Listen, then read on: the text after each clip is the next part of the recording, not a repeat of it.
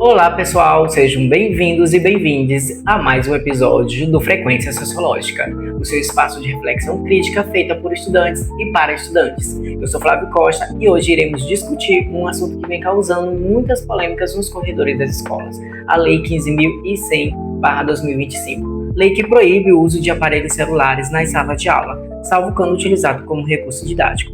Mas será que essa proibição ela resolve? Ou apenas estamos ignorando o fato de que podemos educar para um uso consciente da tecnologia? Iremos discutir hoje. E para essa conversa, convido a professora Ana Beatriz Caire, socióloga e professora da rede pública, e o aluno Santiago Mota, também aluno da rede pública. Sejam todos bem-vindos e vamos debater o nosso assunto de hoje. Obrigada, Flávio, pelo convite. É um prazer participar desse podcast para debater sobre essa pauta que é muito gente cheia de nuances.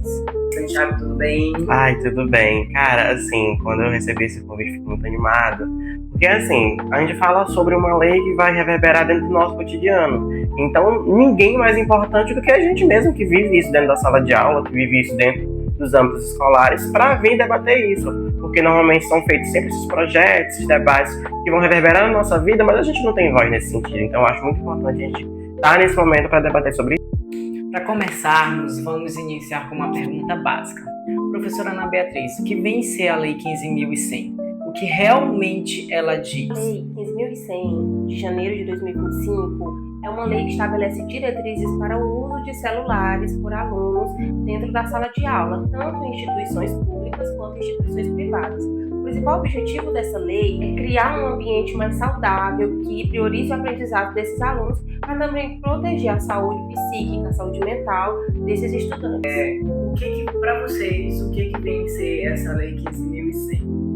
Olha, Flávio, na real, a gente se sente um pouco, assim, desanimado em relação a isso. Porque é sempre colocado como se fosse uma coisa que tirasse a nossa atenção na sala de aula, sendo que a gente entende que também tem esse sentido. Mas, de certo modo, a gente para pensar nas metodologias que os professores tentam aplicar com a gente. Por exemplo, quando a gente vai passar uma metodologia em que o aparelho celular ele é necessário, a gente tem essa proibição, a gente acaba, assim, de mãos atadas. Como que a gente vai trabalhar com os professores? Como que a gente vai falar de uma modernização no âmbito escolar, sendo trabalhado no ensino básico? Como que a gente vai falar sobre a tecnologia dentro da sala de aula se a gente é proibido de utilizar o básico, que é o nosso celular? Porque, na realidade, a gente utiliza o celular para tudo. E dentro da sala de aula a gente não pode mais fazer isso. Então, assim, esse debate é muito importante que a gente faça, que a comunidade saiba o que a gente acha em relação a isso. Professora, a senhora já utilizou do aparelho celular como recurso didático em sala de aula? Sim, já usei várias vezes dentro da sala de aula, sempre com um intuito mais educativo, pedagógico. Já utilizei com quiz interativos, pesquisa, ensinando os alunos a pesquisar, fontes bibliográficas. O problema não é o aparelho em si, e sim a forma que usamos. Eu creio que o aparelho, celulares, aliado à educação digital, que propicia um melhor aprendizado desses alunos dentro da sala de aula, é sim uma ótima ferramenta. E como é que vocês se sentiram e receberam essa notícia?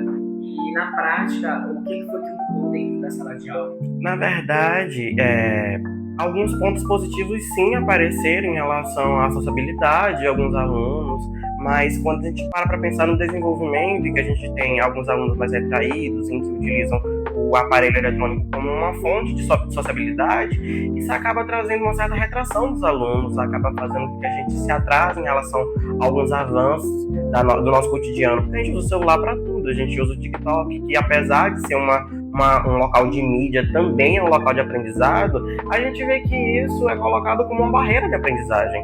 Então, assim, a gente vê isso como uma maior desvantagem do que com uma proporção de maiores benefícios para a gente. Isso me faz pensar que será que essa lei ela não está invertendo a lógica? Em vez de educar para um uso crítico, ela simplesmente a proíbe o uso da tecnologia. Então, é de se pensar neste caso.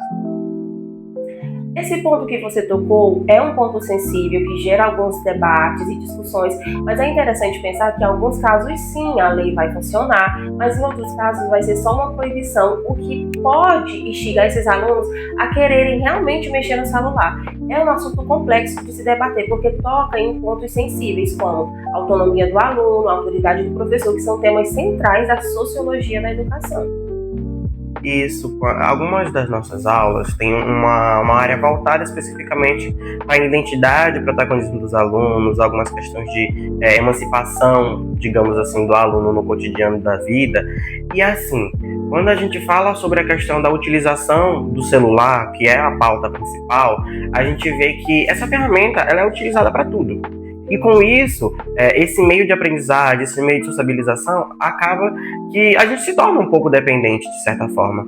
Mas aí, a gente para pensar nos pontos. Será se todo ponto que é apontado é negativo? Será se não pode ser utilizado como uma ferramenta de aprendizagem? Será que a gente não pode utilizar um Free Fire como o aluno joga? A gente não pode utilizar um TikTok que o aluno assiste para tornar isso uma metodologia de ensinar?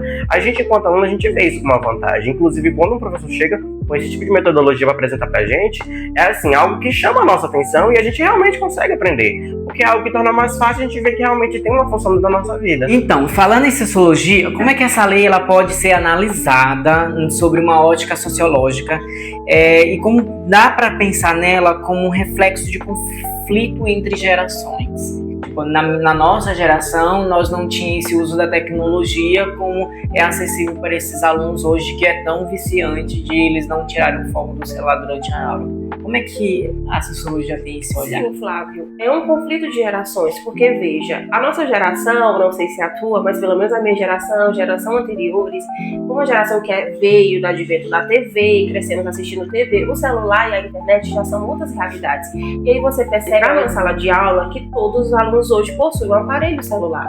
E aí é na hora que você vê aquele conflito, e aí que você vê o conflito, e às vezes a escola talvez não saiba mediar em fazer um uso acessível dessa tecnologia, trazer esse aluno para dentro da sala de aula com essa tecnologia para que haja um uso mais consciente do celular. Então, sim, se torna um conflito de gerações entre o que era antes e o que era agora. Até porque se você for olhar e refletir dentro de uma sala de aula, os professores não fazem parte da mesma geração que os alunos. Então, sim, há esse conflito de ideias, há esse conflito de gerações, o que às vezes possibilita e às vezes dificulta o aprendizado.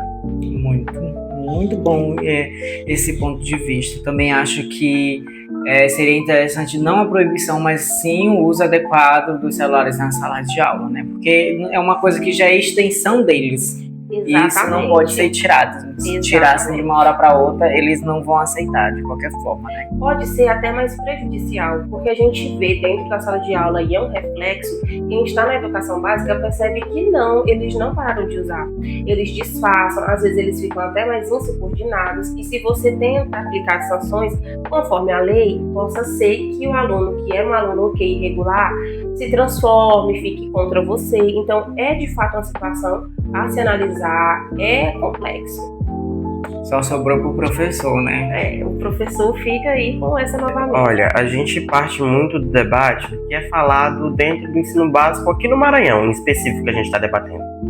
Quando a gente fala sobre esse tipo de ensino, a gente vai parar para prestar atenção nas estruturas que as escolas que a gente tem, inclusive a escola que eu estudo, para pensar no intuito de como que essa estrutura reverbera no aprendizado do aluno, e a gente pensa nesse ato de não deixar os alunos utilizarem esse tipo de tecnologia, em como que a gente está numa era da tecnologia e a gente não pode usar a tecnologia como uma ferramenta de aprendizagem. Então, assim, se torna muito contraditório a gente está em uma era moderna e a gente não se torna moderno dentro da sala de aula. Até quando, supostamente, os modelos de livro que vai ser utilizado vai ser o livro pesado que a gente tem que carregar dentro da bolsa? Até quando a gente vai precisar estar utilizando papel? Até quando a gente vai precisar estar utilizando esses métodos antigos? Porque, assim, se a sociedade evolui, os alunos precisam evoluir, a escola e a comunidade escolar também precisa. Então, nesse sentido, é importante que a gente para pensar qual é a realidade dos alunos, qual é a realidade das escolas, qual é a realidade em que a gente pretende aplicar esse tipo de projeto. Então, vir com esse tipo de ação diretamente controversa em relação à nossa realidade, acaba nos atrasando mais em relação ao ensino básico do nosso estado.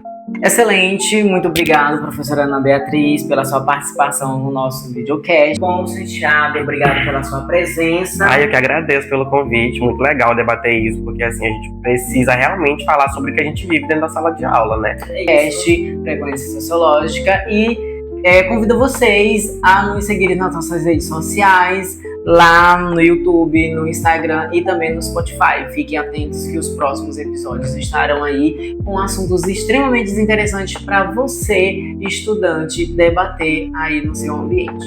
E é isso. Beijo para todos vocês e até o próximo episódio. Tchau!